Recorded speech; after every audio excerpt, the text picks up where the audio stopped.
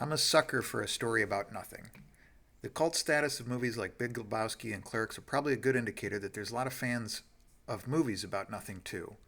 Small stories where the world doesn't hang in the balance are often more emotionally accessible, but some stories really feel like there's nothing that happens at all. I once read a tattered old library copy of Waiting for Godot that the previous readers had jotted all of their notes in.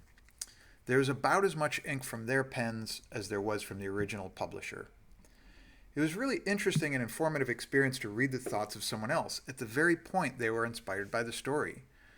The previous reader had interpreted the story to be entirely metaphorical for Christian themes and had taken great pains to figure out exactly which character was acting as the Christ analogy on each page.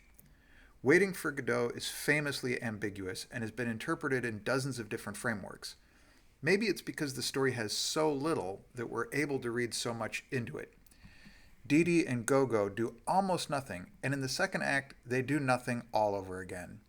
There isn't any character development, there's no clever plot twists, just some pathos, existentialism, and a carrot. When I pulled the copy off the library shelf, I noticed to the left of the book there was about a dozen or so books on Simone de Beauvoir, and on the right there was 3 or 4 times as many books interpreting Waiting for Godot. There was no mystery in what de Beauvoir had written in her philosophy, but Beckett was not only intentionally ambiguous, for the rest of his life he refused to comment on the meanings and themes of his play.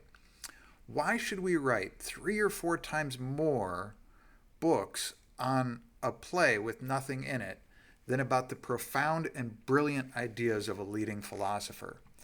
Perhaps we just can't fill in, perhaps we just can't help but fill in the blanks. We love a mystery. Waiting for Godot is a story with some obvious and undeniable emotional weight and characters who must have fascinating histories, but we aren't privy to anything beyond what happens on the stage. However you interpret the story, you're implicitly confirming that there is something that happened before the curtain lifted to make those characters so interesting, or that there's some hidden deeper themes that Beckett was exploring. Another example of a short literary masterpiece that is broadly interpreted is Hemingway's Old Man and the Sea. While my copy of the book isn't a tattered and defiled old library copy, it's actually a very fancy heirloom edition that was gifted to me by my mother. It bears no ink from anyone else's pen, but I've read numerous and sometimes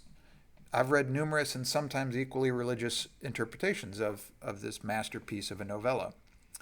The plot is almost as stripped down as Godot. In Old Man and the Sea, Santiago catches a fish. The cast of characters is just as few in number, but also just as rich in implied backstory. Readers have loved to imagine Santiago fighting against the great fish as a metaphor for any other number of struggles in their own lives, and critics have developed elaborate frameworks and analyses to explain each element in the story. Hemingway, unlike Beckett, let slip his secret behind his story. And I quote, "Then there is the other secret. There isn't any symbolism. The sea is the sea. The old man is an old man. The boy is a boy and the fish is a fish. The sharks are all sharks, no better and no worse. All the symbolism that people say is shit. What goes beyond is what you see beyond when you know." His story is just a story. It's us, the readers, that gave it the meaning. It almost has to be a story of nothing so that it has room for our own interpretations to be laid atop of it. In the stories that aren't vague or ambiguous, there just isn't any room in the margins for us to jot down our ruminations on the deeper meanings.